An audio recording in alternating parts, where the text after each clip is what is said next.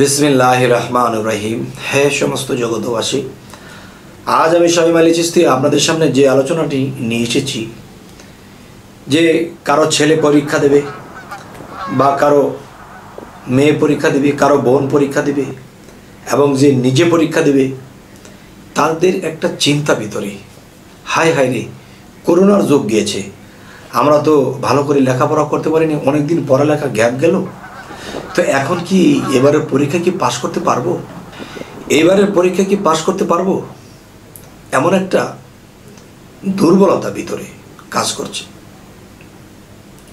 তাই আমি বলবো, যাদের এরকম দুর্বলতা কাজ করছে, আমি তাদের জন্য আজকের এই আলোচনাটি নিয়ে আসলাম, যে আমি ইনশাল্লাহ যে কথাগুলো বলবো, বাকি পরীক্ষাগুলো শান্ত মতো দিবেন, ইনশাল্লাহ পাশ করবেন। আচ্ছা, সেই বিষয়গুলো হলো, দেখুন, যে রাত্রে যখন ঘুমাবেন তখন সূরা ফাতিহা 3 বার এবং সূরা ইখলাস 3 বার, ফালাক 1 বার, নাস 1 বার, এটি পড়ে নিজের বুকে ফু দেবেন, ফু দিয়ে পড়তে বসে যাবেন। আচ্ছা, যাই কিছু পড়বেন মন লাগিয়ে পড়বেন। এক, দ্বিতীয়ত, সকালে যখন ঘুম থেকে উঠবেন হাত মুখ ধুয়ে আবার তো একটু পড়তে বসবেন, তখন আবার 3 বার ফাতিহা, 3 বার ইখলাস, 1 বার ফালাক, 1 বার নাস পরে নিজের বুকে ফু দিবেন এবং হাতের মধ্যে ফু দিবেন, দিয়ে পড়তে শুরু করেন।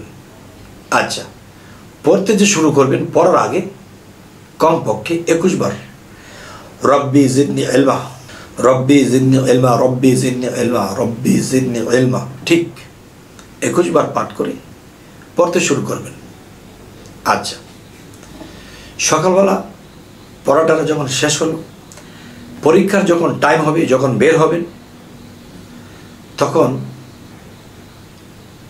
আপনি যখন বের হবেন তখন বিসমিল্লাহির রহমানির রহিম 3 কাইদ দিয়ে আলহামদুলিল্লাহ চলে যাবেন পরীক্ষার হলে।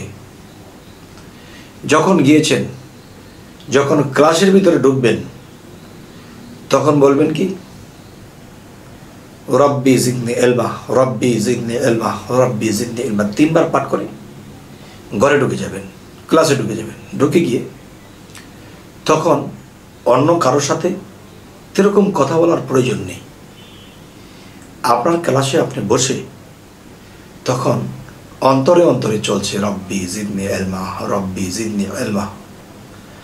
আচ্ছা, যখন আপনাকে প্রশ্ন হাতে দেবে, প্রশ্নটা হাতে নিয়ে আবার 7 বার রব্বি জিদনি ইলমা, রব্বি জিদনি ইলমা, কলমটা হাতে নেবেন, কলমের দিকে তাকায়া রব্বি জিদনি ইলমা 3 বার বিসমিল্লাহির রহমানির রহিম বলে লিখতে শুরু করে দেন। ইনশাল্লাহ আপনি যদি দুর্বল থেকে থাকেন, সবল হয়ে যাবেন। জ্ঞান যদি কম থাকে, স্মৃতি শক্তি যদি কম থাকে, আল্লাহ স্মৃতি বাড়িয়ে দেবে, আপনাকে জ্ঞানে ভরপুর করে দেবে, এমন লেখাই লিখবেন ইনশাল্লাহ। গোল্ডেন তো একটা নাম করা বিষয়, গোল্ডেনের উপরে যদি কিছু থাকে ইনশাল্লাহ আল্লাহ চাহে তো তাও পেয়ে যাবেন। তবে এই নিয়মটি যদি আপনারা ধরে রাখতে পারেন, তাহলে আশা করব ইনশাল্লাহ। আর এই জিনিসটি শুধু পরীক্ষার হলে পরীক্ষা বিষয় না, ছাত্রদের জন্য শুধু বিষয় না, তারা তো করবেই। এটা অফিস আদালতে, ব্যবসা বাণিজ্যে, যে কোনো জায়গাতে এটা কাজে লাগবে। এবং এই কাজটি করলে আপনাকে কেউ ক্ষতিগ্রস্ত করতে পারবে না, জাদুটোনা করতে পারবে না, আপনাকে কেউ দেখা গেছে শরীরে আঘাত দিতে পারবে না, আপনাকে ঠকিয়ে দেবে তাও পারবে না। কারণ যখনই আপনি এই জিনিসগুলো পাঠ করেছেন, তখন ইয়া রব, তিনি তো জানে সব, আপনাকে তিনি হেফাজত করবেন। যাই হোক, এই সমস্ত জগতবাসী, আজকে যে আলোচনাগুলো করলাম, বিশেষ করে ছাত্রদের জন্য যারা দুর্বল হয়ে গেছে, বিশেষ করে পারিবারিকভাবে যারা আছে, ব্যবসা বাণিজ্য বা বিভিন্ন চাকরি বাকরি, তারাও এই কাজটি করতে পারেন। মাথার ব্রেন খুলবে, অফিস আদালতে, ব্যবসা বাণিজ্যে মাথার ব্রেন ভালো থাকবে, আপনি এগিয়ে যেতে পারবেন।